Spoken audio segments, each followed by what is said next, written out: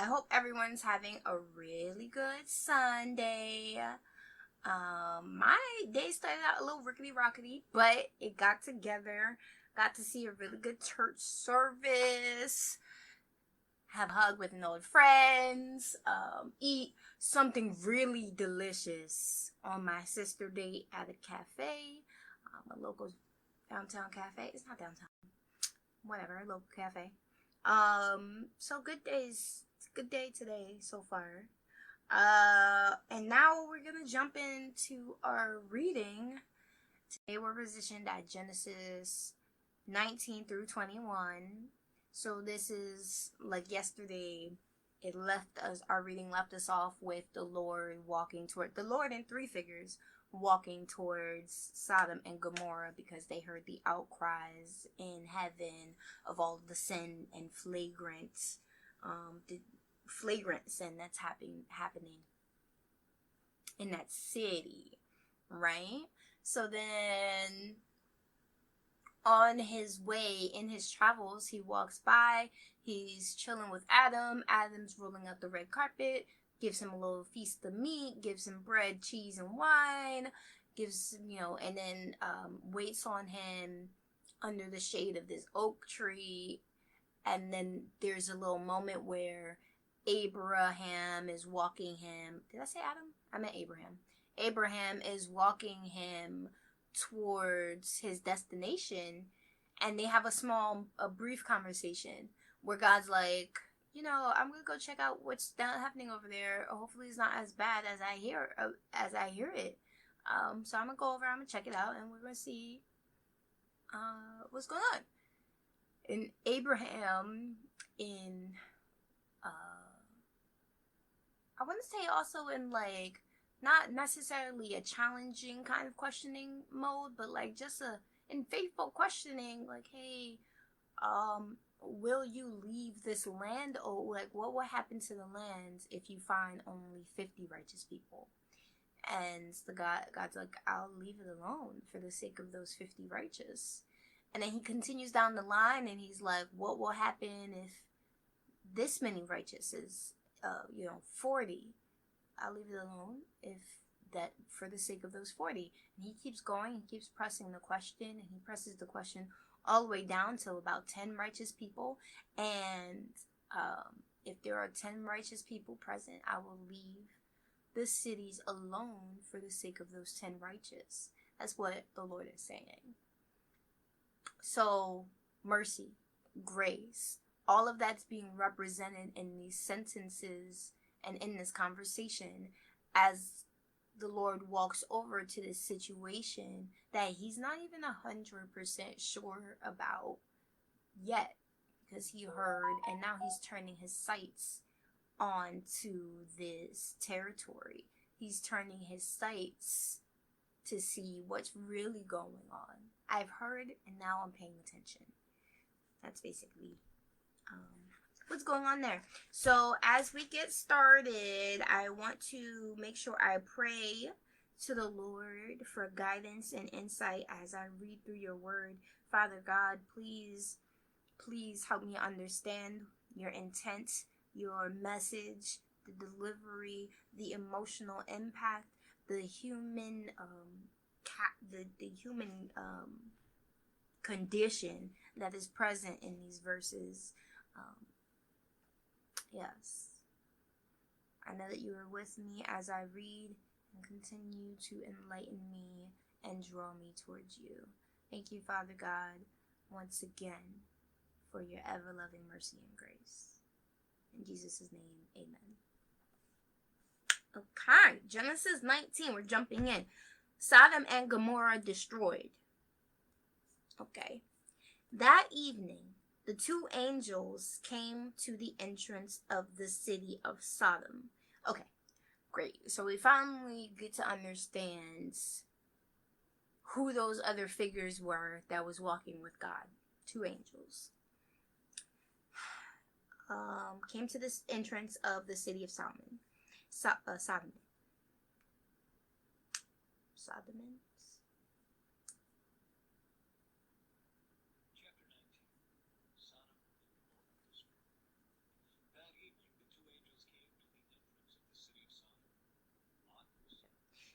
Lot was sitting there, and when he saw them, he stood up to meet them. Then he welcomed them and bowed with his face to the ground. "My lords," he said, "come to my home to wash your feet and be my guests for the night. You may then get up early in the morning and be on your way again." "Oh no," they replied. "We'll just spend the night out here in the city square." But Lot insisted. So at last they went home with him. Lot prepared a feast for them, complete with fresh bread made without yeast. So this is the unleavened bread situation. And they ate. But before they retired for the night, all the men of Sodom, young and old, came from all over the city and surrounded the house.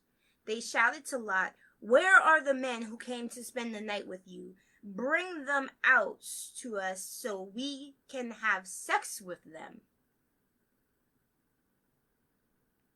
I was not expecting that sentence to go there. Okay. What?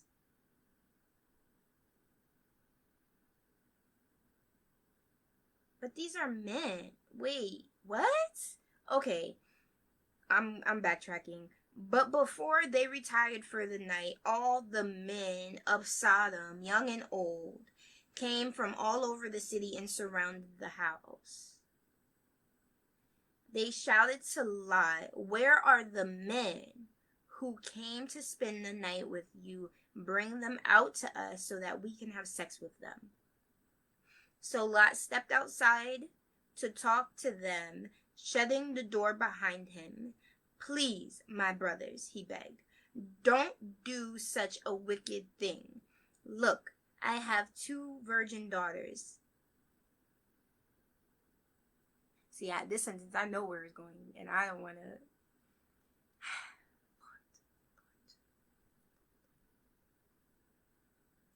"Look, I have 2 virgin daughters.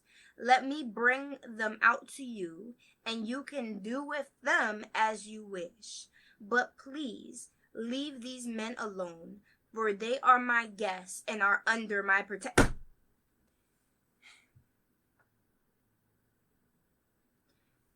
So these men, obviously angels, you know, all right, fine. They're angels.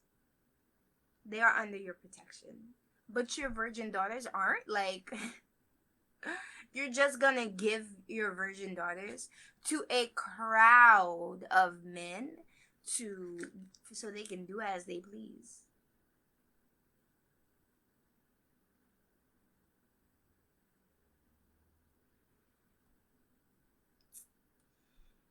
"Stand back," they shouted.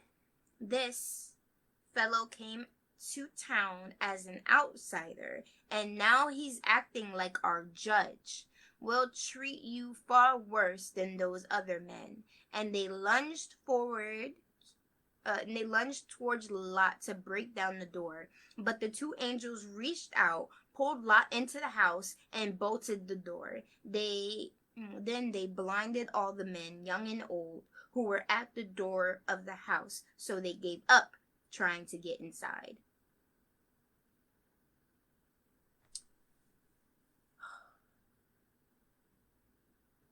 Okay.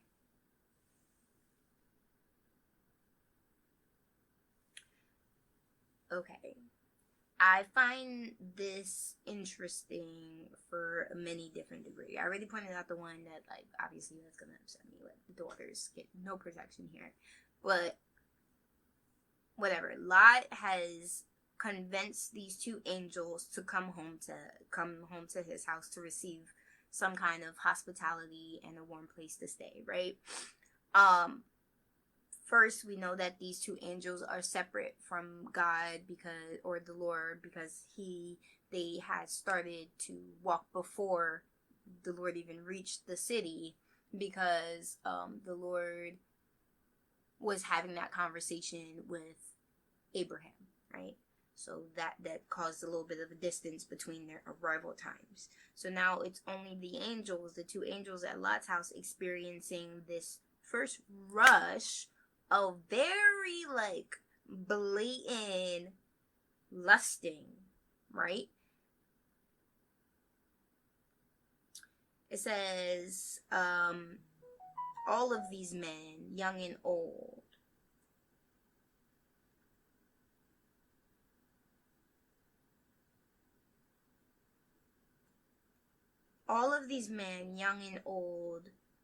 came from all over the city and surrounded the house. They shouted to Lot, "Where are the men?" So this is a men on men interaction of, I want to have sex with them. So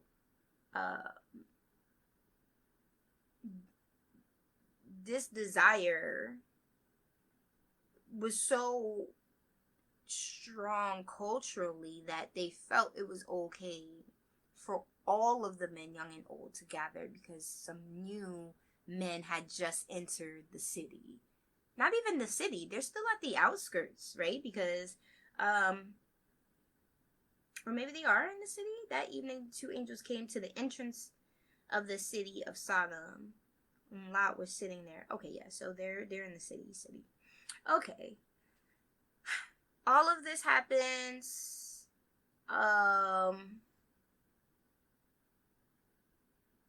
Now Lot stepping out, he's like, I have to protect these people. I welcomed into my home for hospitality. And then I've always wondered if he knew, if the lusting prior, because he begged them to come back and not sleep outside. Yeah, like was part of the come to my home, like, I need to provide you with shelter, like I'm aware of what could happen to you, like you're in danger out here also, or was it like, how much of an issue did Lot understand? I'm sure he understood of the dynamics of the city, right? Like, he's lived there for a little while now.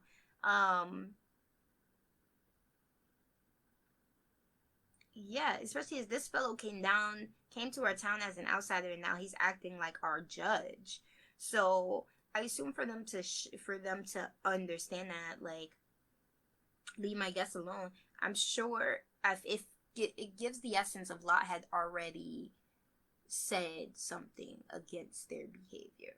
And now, like, when he's standing up in front of them again, they're like, stop acting like our judge, like, blah, blah, blah. Okay. So, yeah. He's like, look, these two men are under my protection. Have my 2 virgin daughters instead. Who are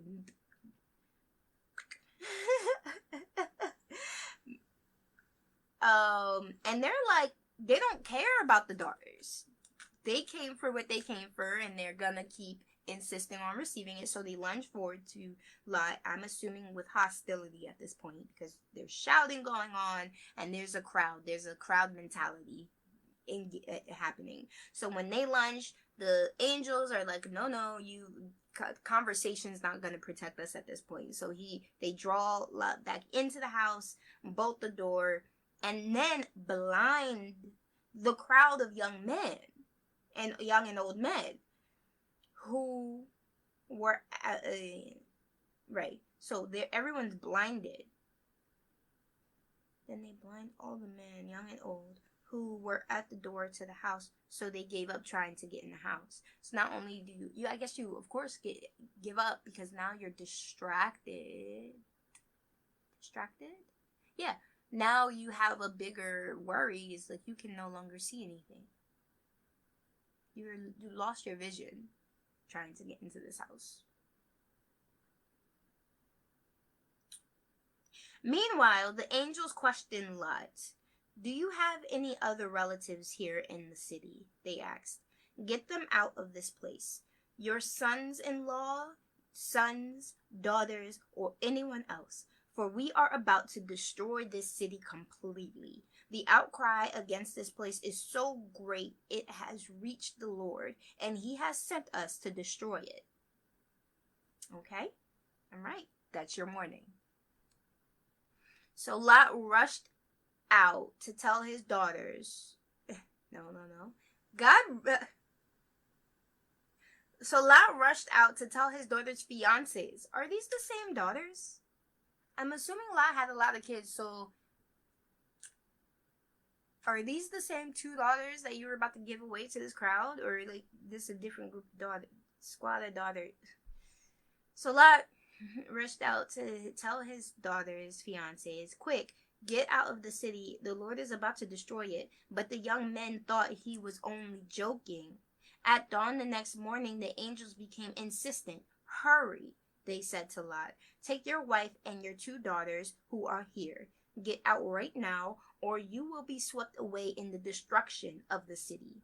When Lot still hesitated, the angel seized his hand and the hands of his wife and two daughters and rushed them to safety outside the city, for the Lord was merciful. When they were safely out of the city, one of the angels ordered, "Run for your lives. And don't look back or stop anywhere in the valley. Escape to the mountains, or you will be swept away." So we're seeing a bit of a difference here, right? A few chapters back in Genesis, Abraham is making this covenant with the Lord, and he receives orders of what to do with the Lord. Actually, every few times Abraham has received order from the Lord, he's followed it. Like that same day, that instant, the next moment, blah blah blah, he's on his grind. He's like, I'm going. Lot has more hesitation in him. Lot doesn't know how to completely just like be like, I bet, and go. So the angels have to pull him to safety and guide him out of the city, and the daughters and wife that are there. The whole family doesn't get caught up in this. So there are some daughters who get left behind, obviously, because the fiancés were like, ha ha ha, you're joking, right?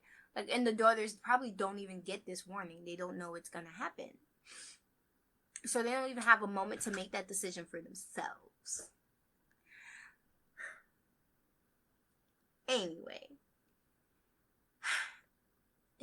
I guess who can be saved? The Lot's family is saved, and they escape from the city, but not just out of the safety of the city. They're like, you gotta keep going, go into the mountains, or else you're gonna get swept. So that's how wide of a destructive area we're looking at right now, right? Okay, so refugees fleeing this area because it's about to get destroyed. "Oh no, my lord," Lot begged. "You have been so gracious to me and saved my life, and you have shown such great kindness, but I cannot go to the mountains. Disaster will catch up to me there, and I will soon die.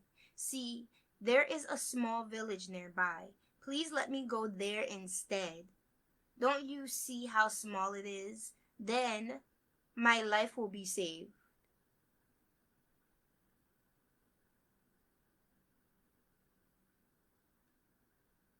"All right," the angel said, "I will grant your request. I will not destroy the little village.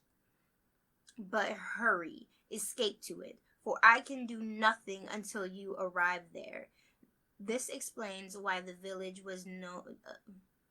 This explains why that village was known as Zor, which means little place. Oh, okay, Zor is being mentioned again. All right.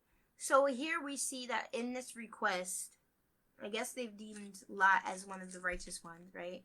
So in this request of one of the righteous ones, a small portion of this area of Sodom and I refer to these two cities together because they always do in the Bible, or have done so far. This small portion of the city of Zor is protected. So it's protected not for the sake of the city, but for the sake of Lot to be saved there, because he's afraid of being in the mountains. Lot reached the village just as the sun was rising over the horizon. Then the Lord rained down fire and burning sulfur from the sky on Sodom and Gomorrah. He utterly destroyed them, along with the other cities and villages of the plain, wiping out all the people and every bit of vegetation. But Lot's wife looked back as she was following behind him, and she turned into a pillar of salt.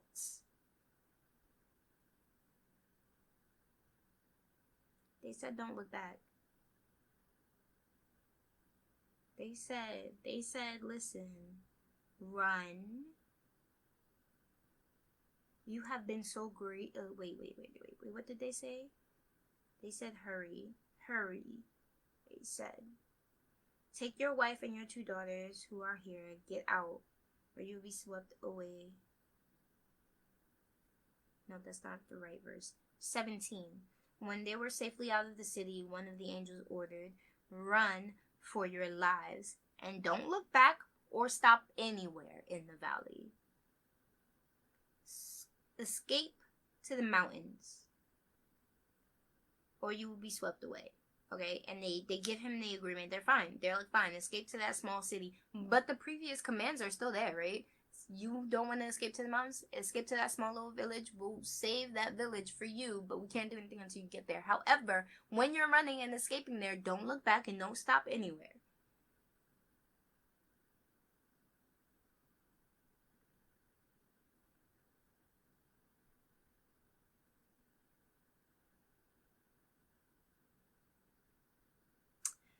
Lot reached the village.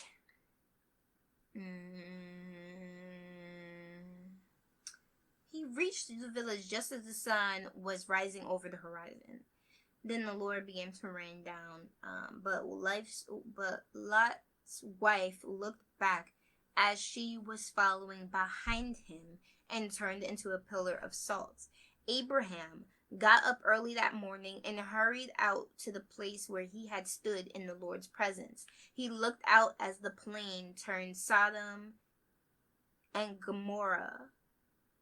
He looked out across the plain towards Sodom and Gomorrah and watched as columns of smoke rose from the cities like smoke from a furnace.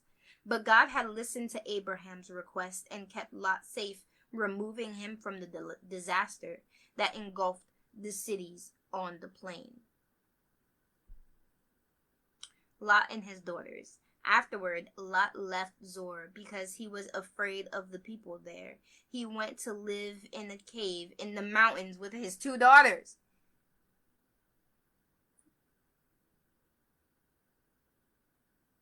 If you were gonna do that anyway, why not just did it when the angels told you to? Like, if you were going... That's again, like...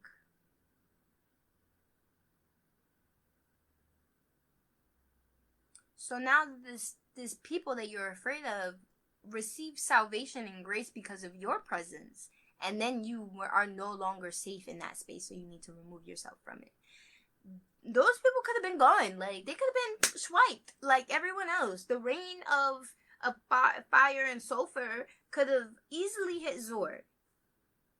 But you're like, no, instead of running to the mountains, because I'm going to be too old, I'm surely going to die in the mountains. Can you please, like, let me just go to that village? It's not a lot of land. Like, let me be there.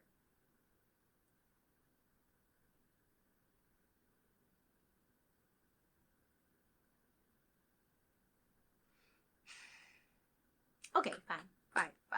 He thought he would have been fine in the city. He thought everything was going to be copacetic. Then he gets there and he realizes that, wow, I don't want to be around these people, so I'm going to go to the mountains.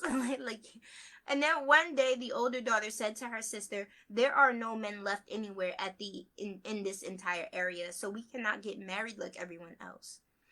And our father will soon be too old to have children. Come, let's get him drunk with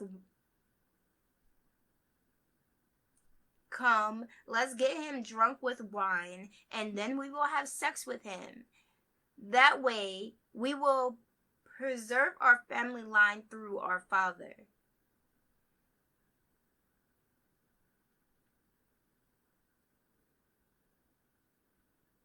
That is one crazy scheme to, like, scheme up, right? Like, hold on, you couldn't have just been like, okay, there's no men in the area, and I want to...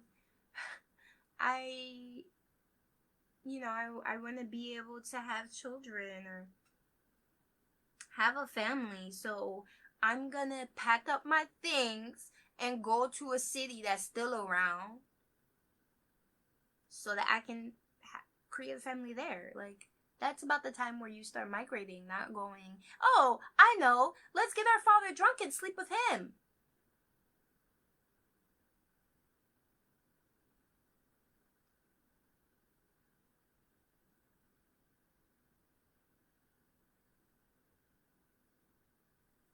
Also, this man had just watched his, he didn't even see it because he had to keep running forward, right? So did he even see his wife get turned into salt? Ay, ay, ay, ay.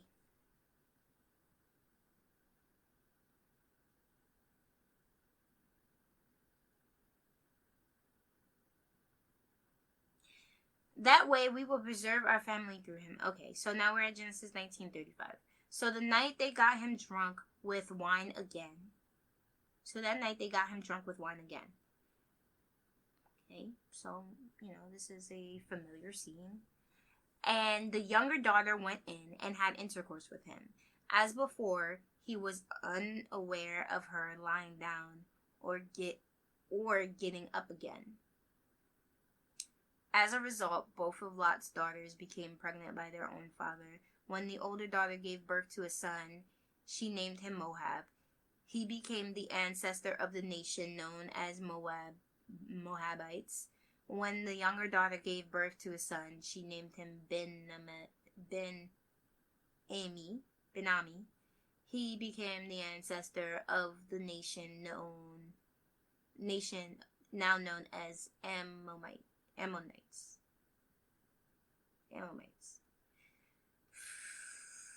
And they had to do this a few times. Like, that's what it said. And like before, he was unaware that this was happening.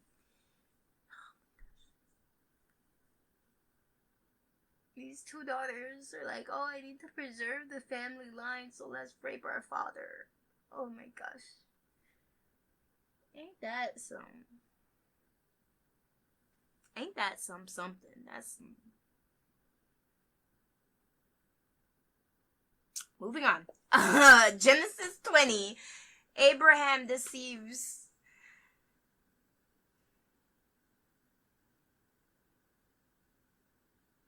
Abimelech.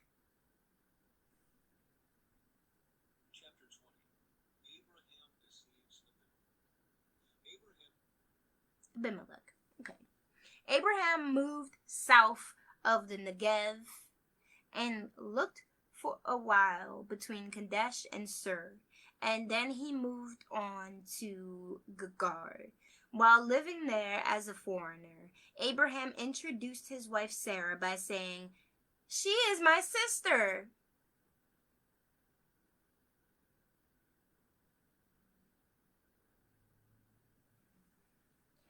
You already did this, bro. Like, you already... Why is this the continued outcome here? Like, I'm sure she's older now. Less people probably lusting after her, maybe. Like, why can't you just let her be your wife? Like, where's the safety and security for your wife? Oh, man. Okay. Alright, I'm back. Abraham introduced his wife, Sarah, by saying, "She's my sister." So King Abimelech of Gerar sent for Sarah and had her brought to him at his place. But that night God came to Abimelech in a dream and told him, "You are a dead man, for that woman you have taken is already married." But Abimelech had not slept with her yet, so he said, "Lord, will you destroy an innocent nation? Didn't Abraham tell me she is my sister?" And she herself said, "Yes, he is my brother. I acted in complete innocence. My hands are clean." In the dream, God responded, "Yes, I know you are innocent. That's why I kept you away from sinning against me, and why I did not let you touch her. Now return the woman to her husband, and he will pray for you, for he is a prophet. Then you will live. But if you don't return her to him, you can be sure that you and all your people will die."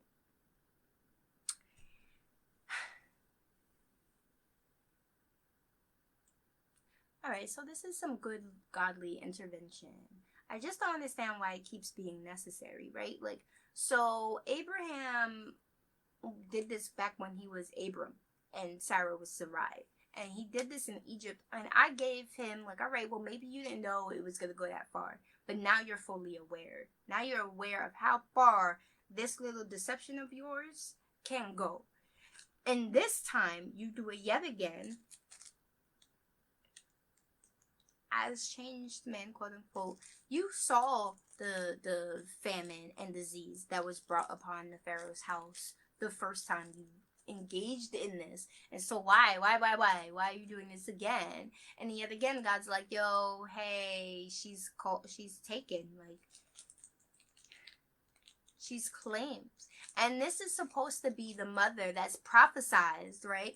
To be the mother of all the nations. The one that's supposed to be the mother of, I think it's Isaac. I want to say it's Isaac. I would have to go back. If you know if it's Isaac or not. Like, yeah, I think it's Isaac. She's like, no, I'm making this covenant with Isaac. That's going to be the son that you have within the year. Why are you still leaving Sarah in this, like, precarious situation of marrying someone else?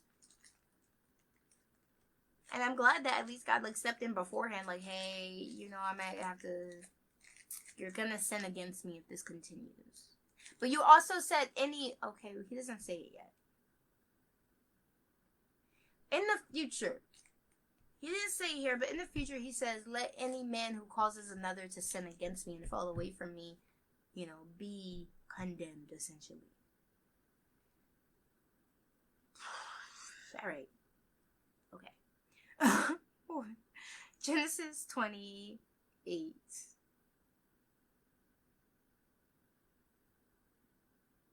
No, wait, because even in 7, you're like, return the woman to her husband, and then let the husband, the man who deceived you, pray for you, right? And then when he prays for you, you'll be free of sin, even though he's the one who caused you to be close to sin in the first place. Both him and her caused you to be free from sin in the first place. And then I like that it expresses, because I gave Sarah, like, how far did you let this go? Because obviously you let this deception go down the line with the Pharaoh when this happened in Egypt.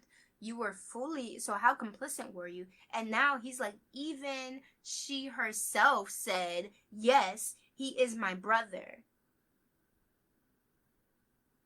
Okay, moving on. I like that he's able to claim his innocence here. Abimelech,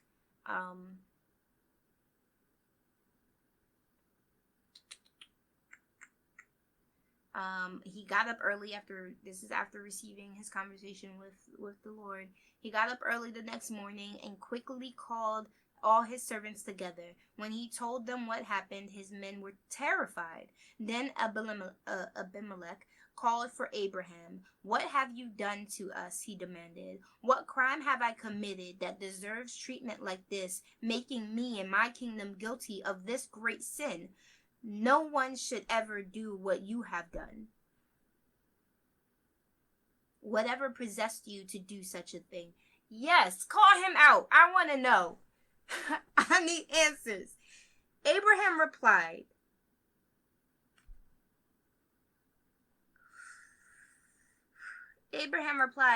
I thought, this is a godless place. They will want my wife and will kill me to get her. And she really is my sister, for we both have the same father but different mothers. And I married her. Oh.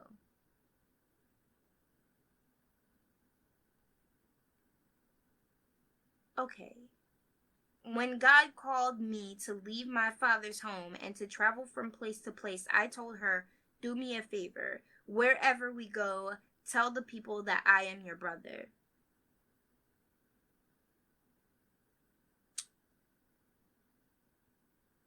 Okay.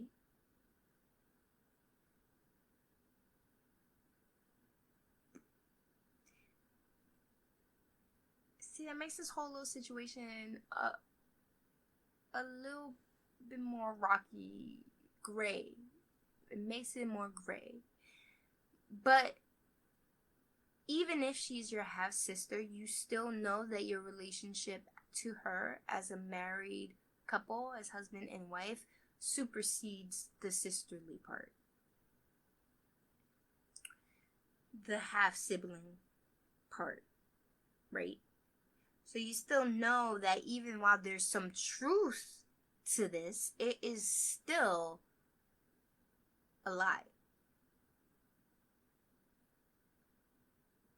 A lie with some truth is a really good lie, but it's still a lie. Okay. Then Abimelech took some of his sheep and goats, cattle, male and female servants, and presented them unto Abraham. He also returned his wife Sarah to him. Then Abimelech said, "Look over my land and choose any place where you would like to live."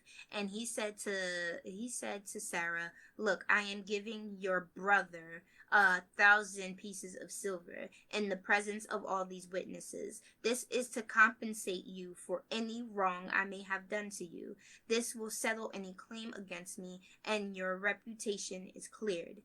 Then Abraham prayed to God, and God healed Abimelech, his wife, and his female servants, so they could have children. For the Lord had caused all the women to be infertile because of what happened with Abraham's wife Sarah.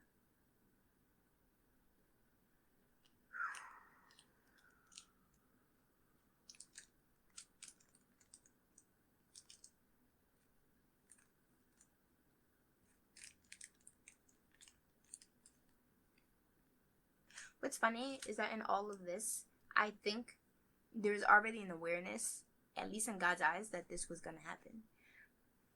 Right? Because at the moment that Abraham goes to pray, Abraham prayed to God and healed Abimelech, his wife, and his female servants. He healed everyone in there.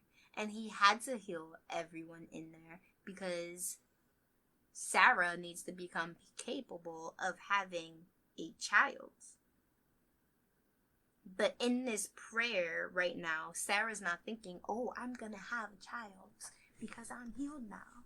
They're thinking, "Oh, we're focusing on correcting the issue between Abimelech and his servants in his house. And this isn't really about me." They're doing it for someone. This isn't really about the two of them so much as it's about correcting the situation between Abimelech and them. But I think Abimelech, wow, how sour would he have been, because now he has to pay for this whole crime of being deceived. That's essentially what his crime is in the moment. He's just he was deceived. And so now, because of that, he has to take some of his sheep, goats, cattle, male and female servants, and 1,000 silver pieces, and hand them over to him, and then a piece of the land. So here, take a piece of land wherever you want to live, you can have, because now he has to pay for this crime of their deception. There's no social media. He can't track all of the, like, you tell me that's your sister, that's your brother, whatever, I'm gonna believe it. We're gonna be moving on. I was looking for your wife. Well, I'm sure he was salty about that, but he gets prayed over. Everyone gets healed. Everyone can have children now, and yeah, everything's great. Everything's good. Now Isaac. The birth of Isaac.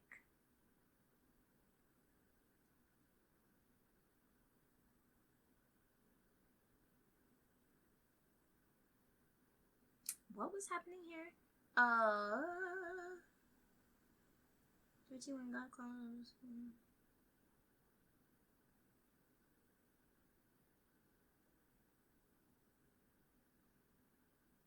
1 minute, 17, 18.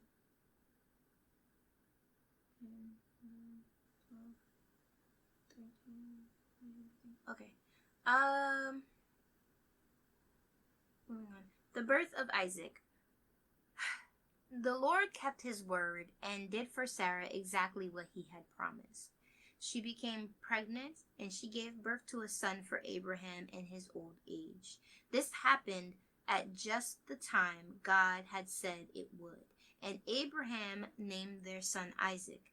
8 days after Isaac was born, Abraham circumcised him as God had commanded. This is back in their covenant. It was like, hey, you get 8 days after birth. No. Now, Abraham had already circumcised everyone in their household that day he makes this covenant, or the covenant gets confirmed. And so now he's just following through. He's making sure he names his son Isaac as he was told to do, and he circumcised Isaac as he was told to do on the 8th day of his birth. Abraham was 100 years old when Isaac was born, and Sarah declared, "God has brought me laughter. For all who hear about this will laugh with me." Who would have said to Abraham that Sarah would nurse a baby? Yet I have given Abraham a son in his old age. Hagar and Ishmael are sent away. Right, so Hagar, just to clarify who the characters are again, Hagar is the servants of Sarah. I think Sarai at the time. Sarai, I wasn't sure. She's with her servants. And this is back when Sarah believed that she couldn't have a baby, and they were trying to make this covenant exist through their own strength. So Sarah gave her servant, her Egyptian servant, to Abraham and was like, "Here, sleep with her, and maybe I can have a son through her," right? So then Isaac's born, and when Isaac's born, then Ishmael is born, and when Ishmael is born, Hagar gets all like, "Oh yeah," she starts treating Sarah with contempt, and starts feeling, "Oh, I'm better than you," blah blah blah. And then it causes this whole strife, and Abraham's like, "Liz, she's your servant. Do with her what you want to do." And then so Sarah starts getting really abusive. I assume she starts treating her really poorly because Hagar runs away, right? She runs away with the child. And in the midst of running away, she gets intercepted by an angel who's like, "Well, why are you here?" At some river, at some whatever, at some source of water. And the angel tells Hagar to turn back and return to your mistress and submit to her, because that's what essentially Ishmael caused, right? The birth of Ishmael, or even the conception of Ishmael, caused Hagar to no longer want to submit to the authority of Sarah. And then instead, right now, they're being commanded to do so. So she ends up going back to the household after that first runaway attempt. And they never really mention what happens again after that. I'm assuming that everything becomes, that some sort of peace is returned to the house after. When Isaac grew up and was about to be when Isaac grew up and was about to be weaned, Abraham prepared a huge feast to celebrate the occasion. But Sarah saw Ishmael, the son of Abraham, and her Egyptian servant Hagar, making fun of her son Isaac. So, okay.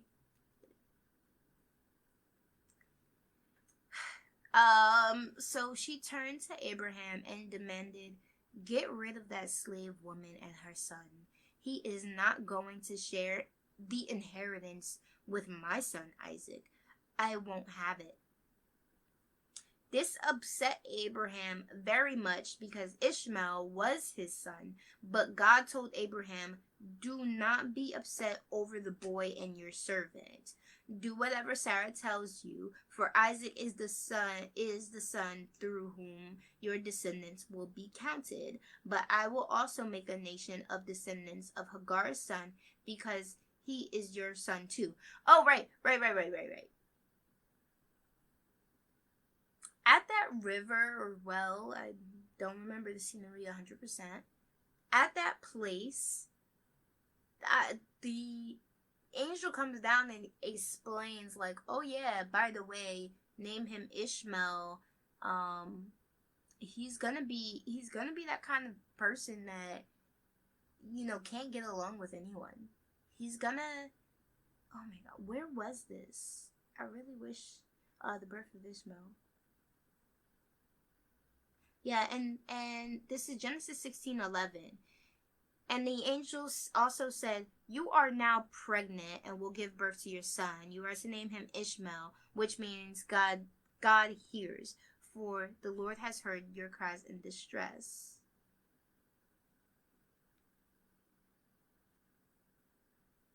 Oh, your son. This is the description of Ishmael, right? This son of yours will be a wild man, as untamed as a wild donkey. He will raise his fist against everyone, and everyone will be against him. Yes, he will live in open hostility against all his relatives.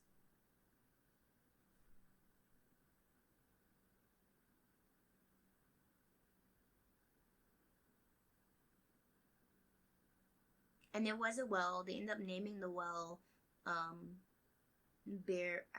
can't really, Bear La Harora or something like that, and it means well of the living one who sees me, because Hagar is excited that she ends up referring to the Lord as, you are the God who sees me. So all of this ends up taking place. It gives a good description of what Ishmael is. So yeah, while I do think Hagar went back and submitted to the authority of Sarah, there was still an emotional bit pettiness, or like a part of them that didn't fully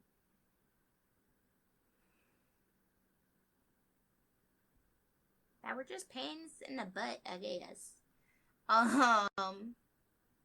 Right. So it makes sense here why Ishmael is making fun of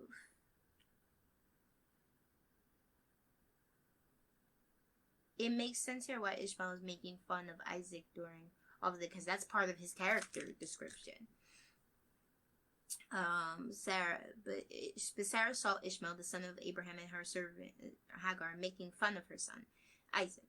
So blah blah blah. Abraham's told not to get upset by God. There was also in the covenant, God had reminded, like, yes, all of the descendants that are going to be counted are through your line of Isaac. But because Ishmael exists in your bloodline, I'll bless him too, just not the same way. He's not part of the covenant I intended for you, not the way I intended it to be. So I'm just going to give him some, like, he'll have his own nations. He'll have his own blessings. Do not worry about him. I will take care of him. But it won't be the same covenant that I'm entering into you. Alright.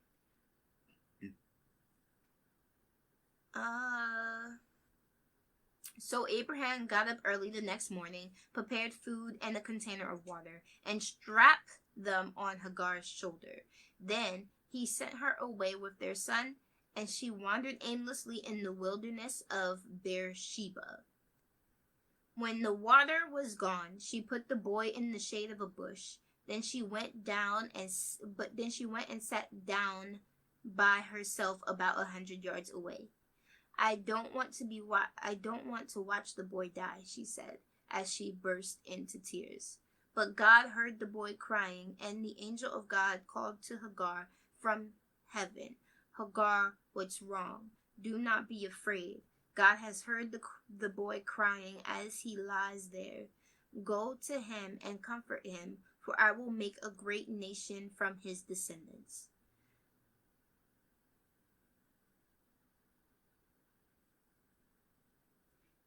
And God heard the boy crying, and the angel of God called down to her. This is one of the first time, though, that God's angel speaks to a woman. And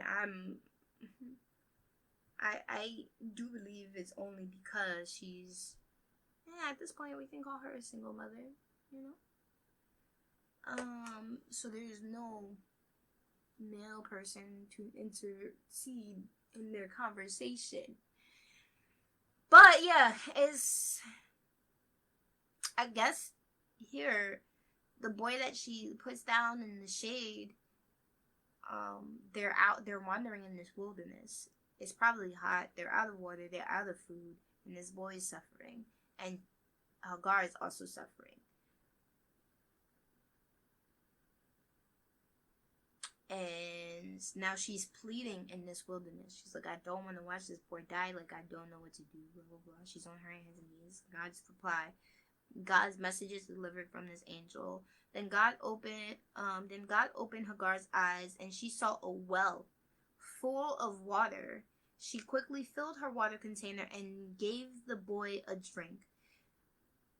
And God was with, it says the boy, but I'm gonna start replacing the name. And God was with Ishmael as he grew up in the wilderness. Right? So this is a boy. They said his nature, he will be a wild man. To be so wild, you do have to have some sort of freedom from laws, societal pressures, all of that. So, okay, he grew up in the wild. He's a wild man who grew up in the wilds. Okay. And God was with the boy as he grew up in the wilderness. He became a skillful archer, and he settled in the wilderness of Paran. His mother arranged for him to marry a woman from the land of Egypt. Abraham's covenant with Abimelech. They had a covenant?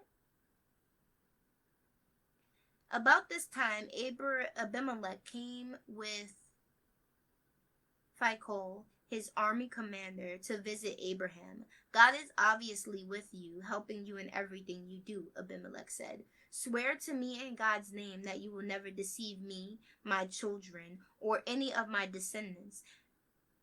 I have been loyal to you, so now swear that you will be loyal to me and to this country where you are living as a foreigner. Abraham replied, yes, I swear to it. Then Abraham complained to Abimelech about a well that Abimelech's servants had taken by force from Abraham's servants. This is the first I've heard of it, Abimelech answered. I have no idea who is responsible. You have never complained about this before. Abraham then gave some of his sheep, goats, and cattle to Abimelech, and they made a treaty. He's probably just giving back the same sheep, goats, and cattle that Abimelech had already given him. Like, what is the... It's okay. It's okay. But Abraham also took 7 additional female lambs and set them off by themselves. Abimelech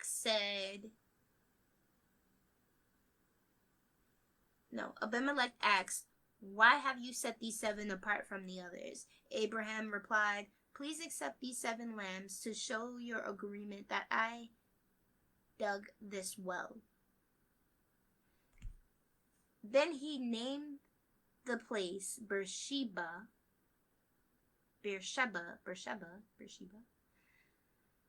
which means well of the oath, because that was where they had sworn the oath. After making their covenant at Beersheba, Abimelech left with Phicol, the commander of his army, and they returned home to the land of the Philistines. Then Abraham planted a tamarisk tree at Beersheba, and there he worshipped the Lord, the eternal God. And Abraham lived as a foreigner in the Philistine country for a long time.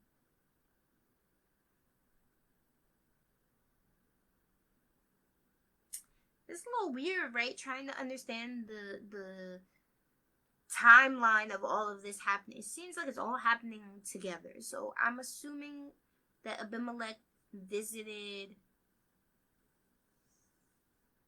Abraham with his army commander almost right after the situation with the deception going on. I feel like that was still fresh when this visitation happens and this oath happens. It's like, it's clear that the Lord is with you. I'm not trying to anger him in this. So, because I feel like I stepped into mud because of your deception and your lies, I'm going to need you to promise me you're not going to do that to me, my descendants, or anyone else down the line when you live in this foreign territory. Promise me. So Ishmael here, they are, where is it? Ishmael and Hagar, when they are left, yeah, they wander aimlessly around in the wilderness of Beersheba. So I feel like this well, at least it's saying to me that this well that Hagar and Ishmael end up falling or seeing is the same well of the oath. Is the well where Abraham and Abimelech are making this oath to not deceive one another, to be loyal to one another. There's a lot happening there. It's a lot of meats. But Sarah and Abraham finally have their kid Isaac, so that year of time has passed, at least, between some of the few chapters. Well, at least a year, and then Sarah had her child conceived, and then they became of weaning age. I think weaning is like you take 1 year weaning, 2.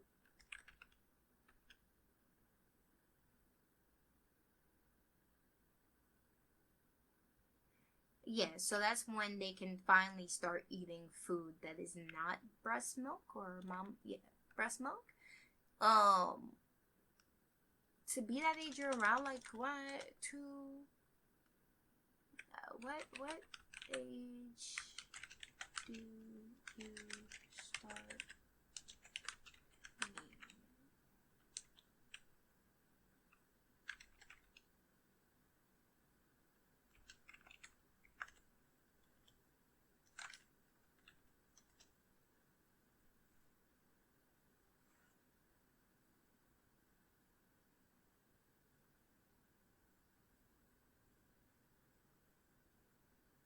6 months? Is that it?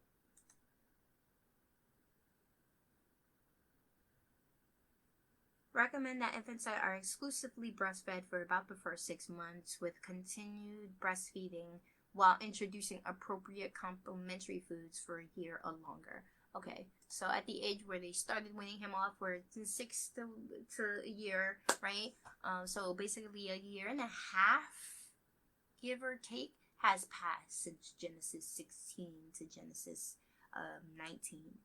So all of this, while it feels like a really condensed amount of information, happens over the span of a year.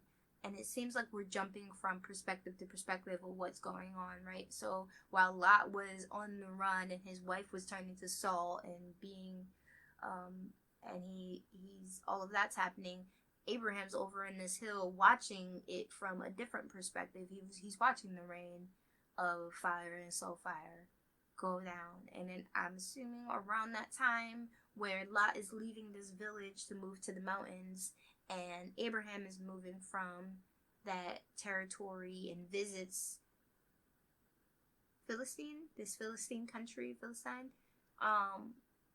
and is engaged in the deception with Abimelech.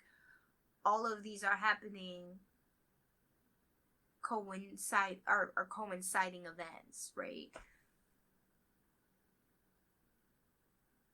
And then I guess the connection of what's happening in Lot's life kind of ends when, after the plan comes to full fruition with between his daughters.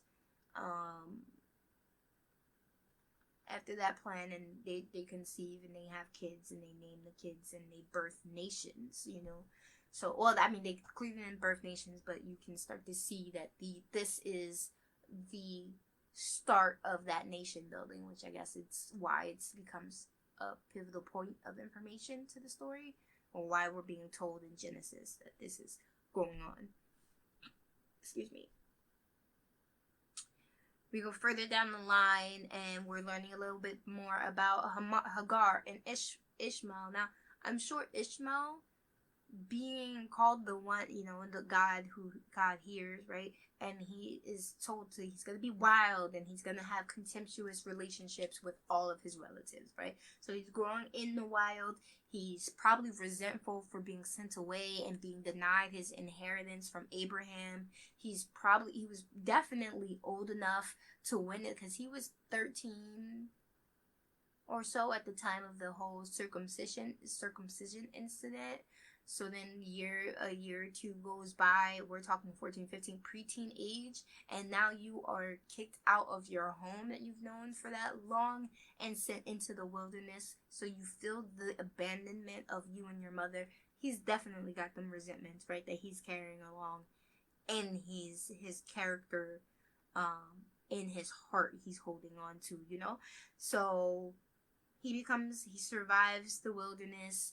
He becomes skillful warrior. I think do they end up finding a home in the city? It says it's again in the wilderness, but they end up finding a place to take roots, right?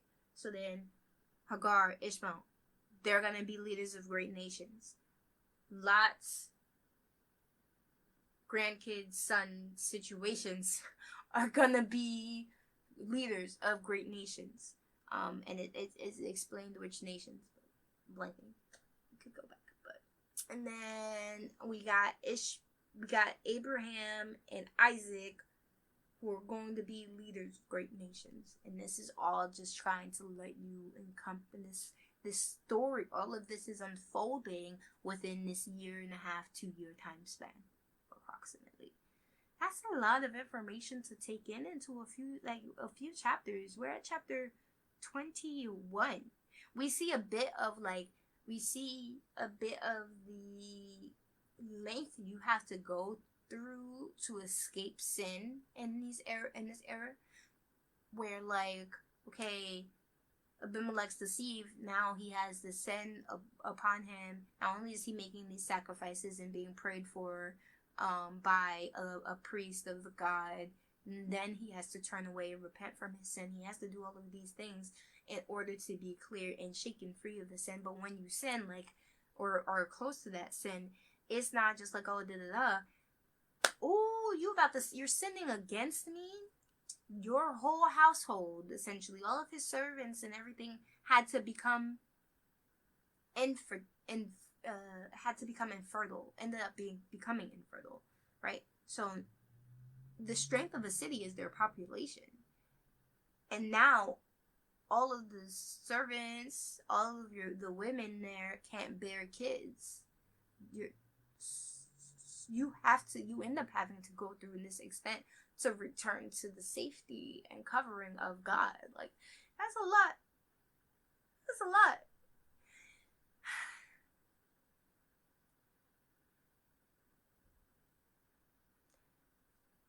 On to Psalms.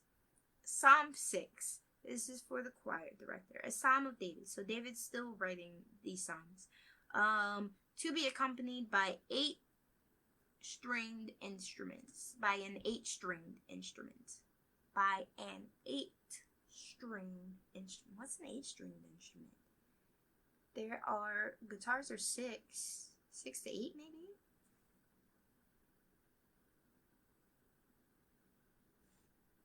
What's an 8-stringed instrument?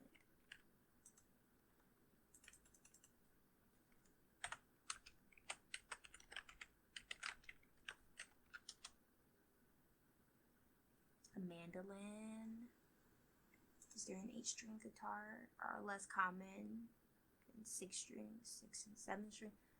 But are you using a few jazz? Okay, those are Yeah, we're mainly getting mandolins. Oh, lyres, little like harps of the Mid East, lyre harp. So, that's probably what was being used at the time David wrote this. Okay, so, O Lord, don't rebuke me in your anger or discipline me in your rage. Have compassion on me, Lord, for I am weak. Heal me, Lord, for my bones are in agony. I am sick at heart. How long, O Lord, until you restore me?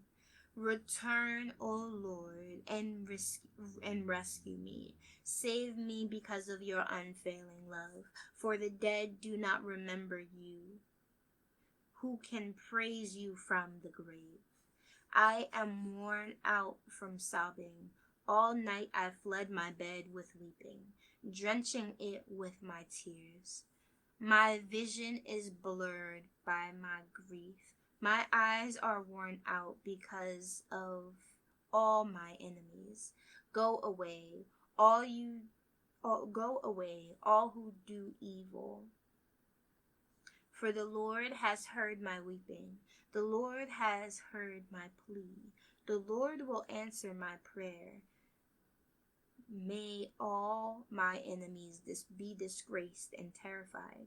May they suddenly turn back in shame. They've got some real tortured artist essence happening here. It's all like, Lord, listen to my plea. Lord, save me from persecution. Lord, you got my back. Lord, I'm spending all my nights crying, but I know you have me. You'll be here for me. I need to know what's going on with David at the time that he's writing these psalms. Like, I am sick at heart. Like, my heart is hurting. How long, O Lord, until you restore me? This is a man going through something, and he's looking for his salvation. He's looking for his peace. Right here, for the dead do not remember you. Who can praise you from the grave? He's saying, save me, O Lord, because of your failing love, so that I can be around living to praise you. Because the dead they can't praise you. Can you imagine this with like the strings plinking? Yeah, we made it through day 6. Wow, we almost reached the week. Tomorrow will be our week mark. I'm excited. I'm resisting the urge to look up what's going on with David, but like, I'm sure I'm gonna find out. Yeah, I'm gonna resist the urge. It's fine. But when I do find out, I'm be all, ooh, yeah, that explains Psalms 1 through 6. Tomorrow's reading is going to be Genesis 22 through 24, and then Psalm 7. So we'll be going in from there. We actually don't get out of the Genesis line until a little foreshadowing.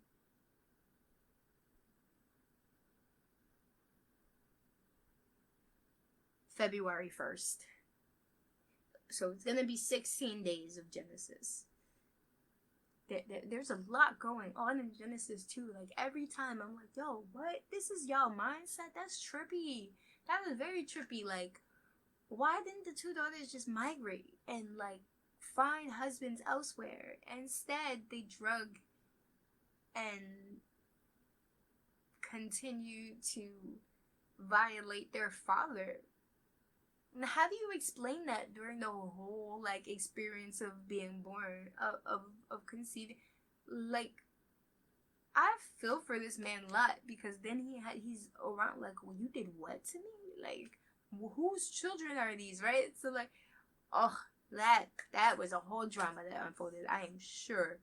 I wonder if they realized how foolish they were being after Lot realized what went down.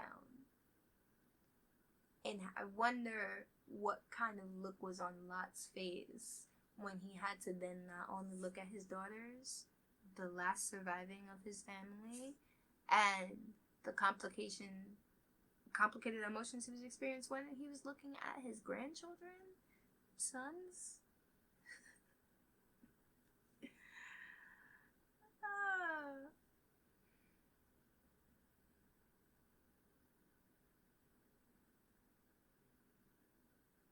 And then Sarah's relief, finally having a kid that she was promised, and he's like, wow, the whole nation's gonna laugh with me because this is hilarious to say that I've finally been able to birth a child or care for a child in such an old age, you know. And this is a time of not modern medicine. Even in modern medicine, like, imagine hearing the story of a 99-year-old mother right now in this day and age. This is when birth about, it's saying when we were going through the genetics line, this is about when birth was happening at 30. So you're looking at a good 60, 70 years past birthing time, birthing age, birthing period. So he's like, yeah, everyone's gonna laugh at me there. That's a complicated emotion to carry, right?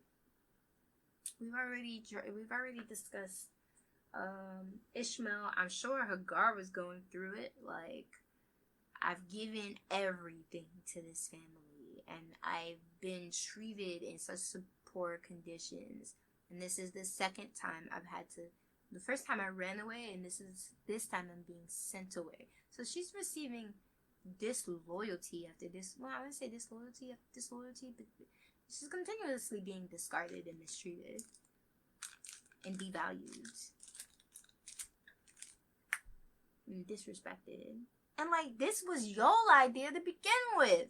Why entangle me in this mess?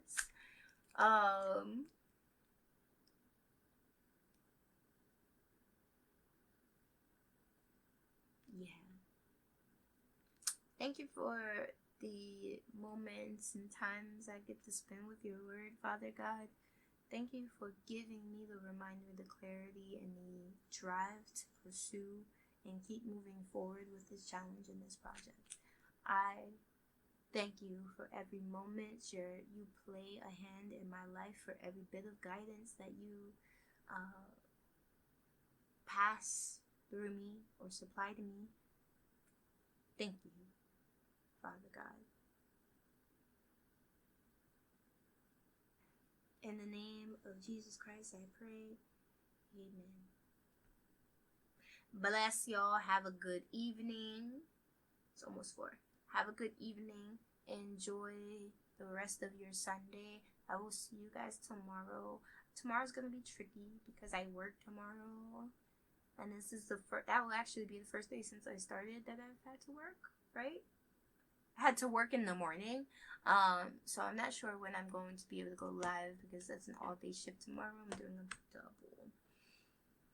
You will either see me in the early morning or the late evening at around 11 p.m. 11 p.m. is the latest I'll be able to get on. So if you don't see me before 10 in the morning, you will see me at 11. Again, I'm just trying to get into the habit of making this work, and eventually I'll get into the habit of making this work stably. Love, peace, happiness, bless, goodbye.